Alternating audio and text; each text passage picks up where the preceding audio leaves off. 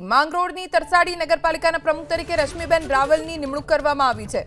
માંગરોળની તરસાડી નગરપાલિકાના ઉપપ્રમુખ તરીકે સુનિલ રાઘવાણી, કારોબારી ચેરમેન તરીકે દિગ્વિજયસિંહ ચૌહાણ, તરસાડી નગરપાલિકાના પક્ષના નેતા તરીકે કલ્પનાબેન પટેલ અને દંડક તરીકે અનિકેત વસાવાની નિમણૂક કરવામાં આવી છે।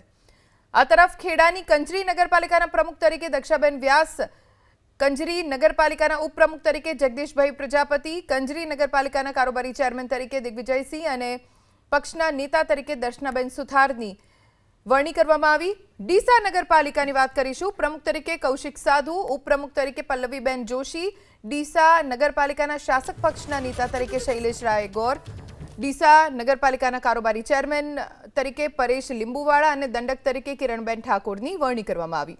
વાત હવે વાઘોડિયા નગરપાલિકાની।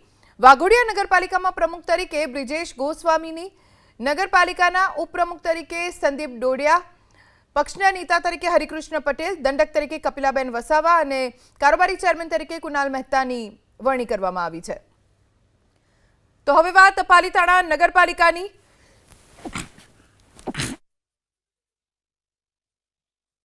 પાલીતાણા નગરપાલિકાના પ્રમુખ તરીકે સુલોચનબેન મકવાણા, પાલીતાણા નગરપાલિકાના ઉપપ્રમુખ તરીકે વિરેન્દ્રસિંહ સરવૈયાની વરણી કરવામાં આવી છે। તો સાવલી નગરપાલિકાના પ્રમુખ તરીકે મોનાલીબેન શાહ, સાવલી નગરપાલિકાના ઉપપ્રમુખ તરીકે ગીતાબેન સિસોદિયાની વરણી કરવામાં આવી। વાત હવે સુરેન્દ્રનગરની। ધ્રાંગધ્રા નગરપાલિકામાં પ્રમુખ તરીકે દામિનીબેન ગોવાણ, ઉપપ્રમુખ તરીકે સહદેવસિંહ જાડેજા, ધ્રાંગધ્રા નગરપાલિકાના શાસક પક્ષના નેતા તરીકે સતીશભાઈ ડાભી અને દંડક તરીકે રાજુભાઈ પટેલને જવાબદારી સોંપવામાં આવી છે। આ તરફ અંકલેશ્વર નગરપાલિકાના પ્રમુખ તરીકે જિગ્નેશ આંગડિયા, ઉપપ્રમુખ તરીકે વિરલ મકવાણા, કારોબારી ચેરમેન તરીકે અશોક પટેલ અને દંડક તરીકે ભાવેશ કાયસની વરણી કરવામાં આવી। તો ધાનેરા નગરપાલિકાના પ્રમુખ તરીકે ઈશ્વરભાઈ પટેલને મેન્ડેટ આપવામાં આવ્યું છે। થરાદ નગરપાલિકાના પ્રમુખ તરીકે અર્જુનસિંહ વાઘેલા અને ઉપપ્રમુખ તરીકે દિલીપ ઓઝાની વરણી કરવામાં આવી। તો નગરપાલિકાના હોદ્દેદારોની આજના દિવસે વરણી કરવામાં આવી રહી છે। જે મુજબનું સર્ક્યુલર છે, જે મુજબ રોટેશન છે, તે પ્રમાણેની વરણી ઘણી બધી નગરપાલિકાઓમાં ઓબીસી અનામત ને ધ્યાનમાં રાખીને વરણી કરવામાં આવી છે। ટૂંક સમયમાં મહાનગરપાલિકાઓને લઈને પણ મેયર, ડેપ્યુટી મેયર કોણ બનશે, સત્તાધીશો કોણ હશે, તેની જાહેરાત કરવામાં આવશે। આજના દિવસે નગરપાલિકાના હોદ્દેદારોની જાહેરાત કરવામાં આવી રહી છે। અલગ અલગ નગરપાલિકામાં પ્રમુખ, ઉપપ્રમુખ અને અન્ય હોદ્દેદારો કોણ હશે તેની જાહેરાત કરવામાં આવી છે।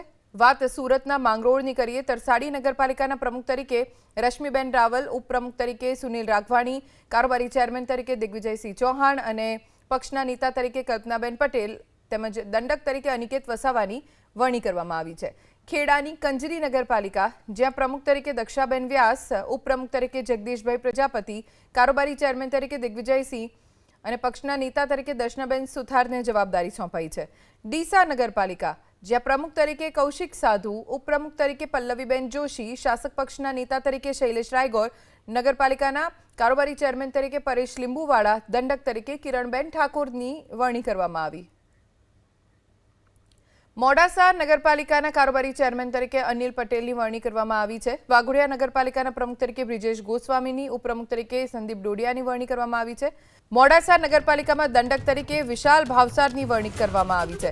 મોડાસા નગરપાલિકાની વાત કરીએ। સત્તાધીશોના નામ જાહેર થઈ ગયા છે। તે મુજબ પ્રમુખ તરીકે જયશ્રીબેન પટેલ, ઉપપ્રમુખ તરીકે ગફુરભાઈ રબારી, કારોબારી ચેરમેન તરીકે અનિલ પટેલ, સત્તા પક્ષના નેતા તરીકે યાજ્ઞિક ભટ્ટ અને દંડક તરીકે વિશાલ ભાવસારની વરણી। બાયડ નગરપાલિકાના પ્રમુખ તરીકે જીતેન્દ્ર પટેલ, ઉપપ્રમુખ તરીકે અતુલ પટેલ અને કારોબારી ચેરમેન તરીકે હેતલ પટેલની વરણી કરવામાં આવી।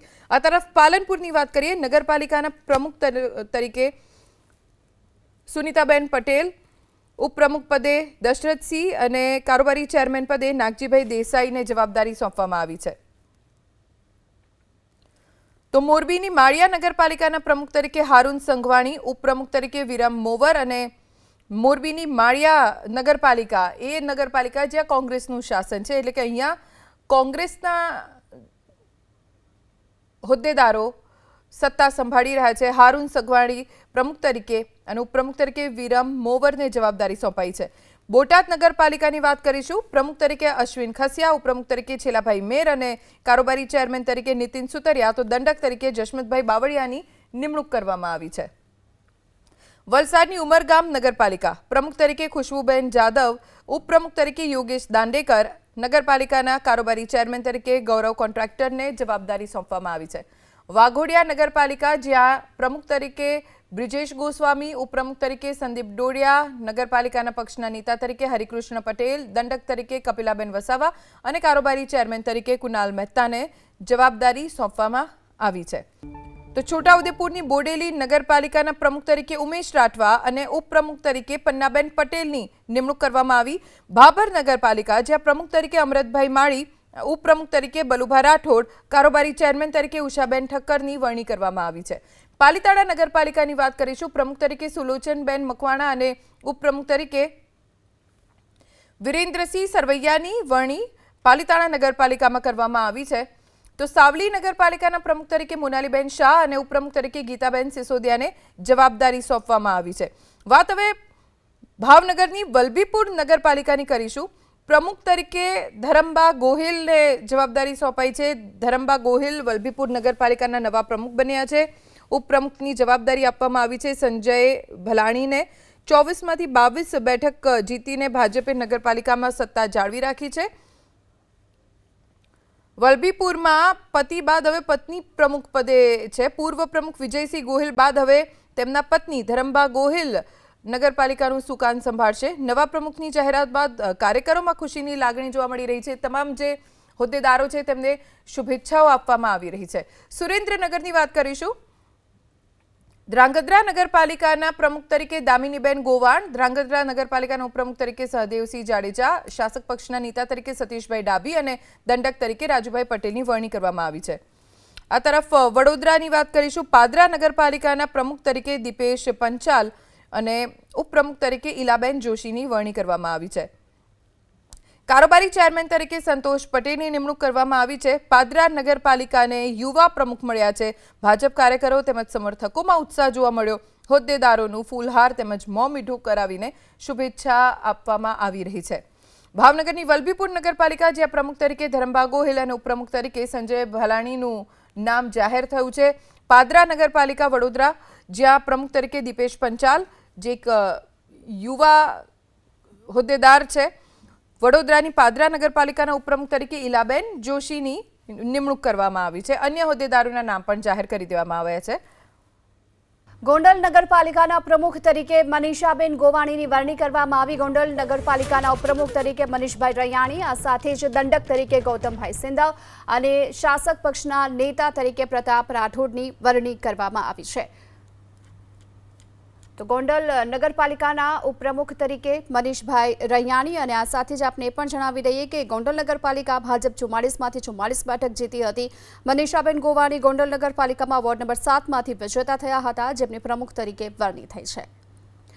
તેની સાથે જ હવે વાત કરીએ પાલનપુરની. પાલનપુર નગરપાલિકા પ્રમુખ તરીકે સુનીતા પટેલની વરણી કરવામાં આવી છે. આ સાથે જ પ્રમુખ તરીકે દશરથસિંહ સોલંકીની વરણી થઈ છે. કારોબારી ચેરમેન તરીકે નાગજીભાઈ દેસાઈની વરણી કરવામાં આવી છે. ભાજપ શાસિત પાલનપુર નગરપાલિકામાં તમામ હોદ્દેદારોની સર્વાનુમતે આ વરણી થઈ છે અને નગરપાલિકાના પ્રમુખ તરીકે સુનીતાબેન પટેલ, આ સાથે જ ઉપપ્રમુખ તરીકે દશરથસિંહ સોલંકી અને કારોબારીના ચેરમેન તરીકે નાગજીભાઈ દેસાઈની વરણી કરવામાં આવી છે. વાત કરીએ મહુવાની, તો ભાવનગરની મહુવા નગરપાલિકા જેના પણ પ્રમુખ તરીકે વરણી કરવામાં આવી છે મિત્તલબેન જોશીની. આ સાથે જ ભાવનગર મહુવા નગરપાલિકાના ઉપપ્રમુખ તરીકે વરણી થઈ છે જયપાલસિંહ વાળાની અને 36માંથી 18 બેઠક પર ભાજપનો વિજય થયો હતો અને આજે નગરપાલિકાના પ્રમુખ અને ઉપપ્રમુખની વરણી કરવામાં આવી છે.